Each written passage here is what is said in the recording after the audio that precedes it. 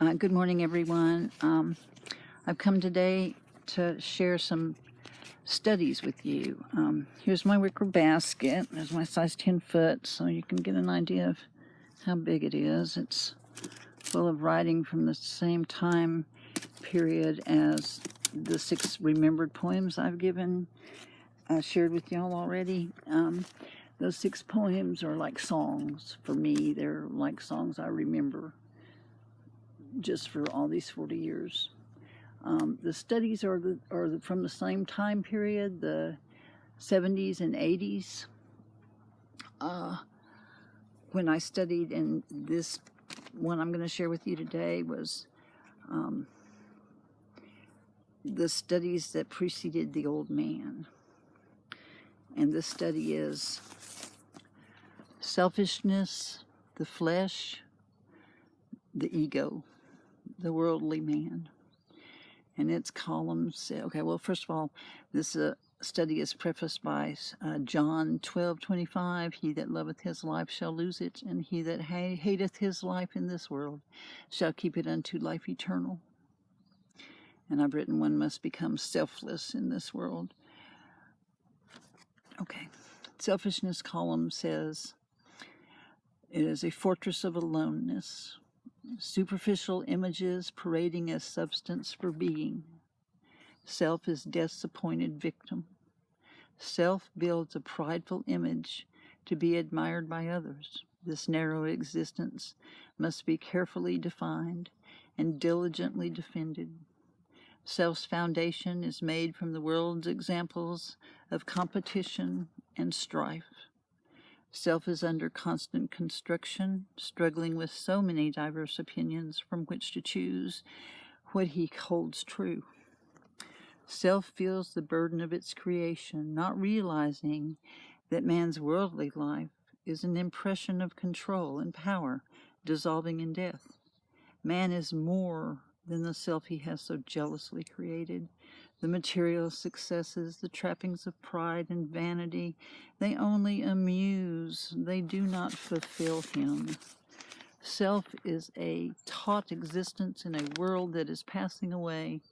Self cannot know love. It has not the power to give unselfishly. Self bounces off others, remaining solitary. It fashions an illusion of sharing. Now the column of selflessness. Selflessness is the spiritual man. It is a child of God. It is a receptacle for freedom.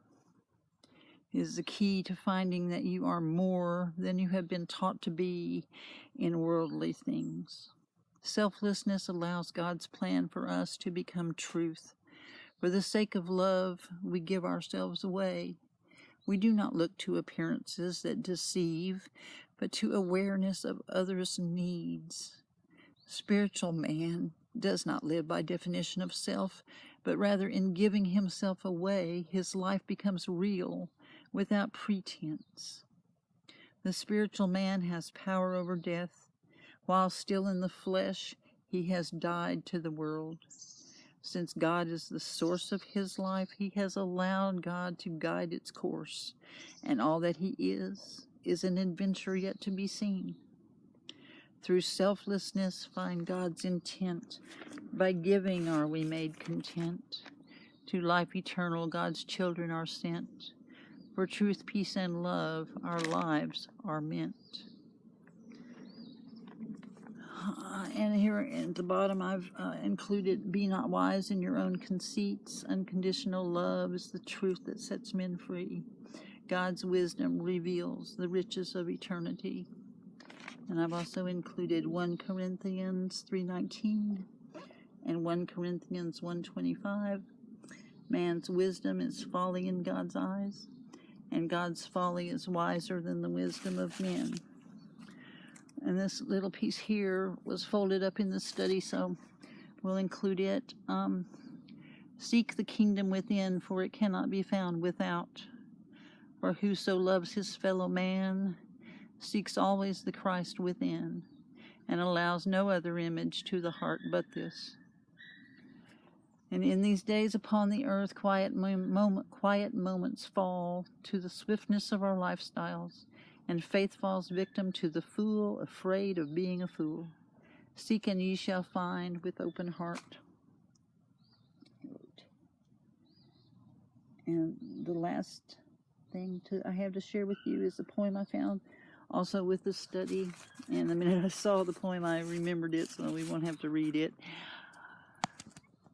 If in the world you are content, fulfilled by your life's intent, think you one moment, from whence came your goals, what source your beliefs, what model your roles. Has your heart accepted what your thinking confirms? For not by knowledge, but by faith, truth is discerned. Thank you.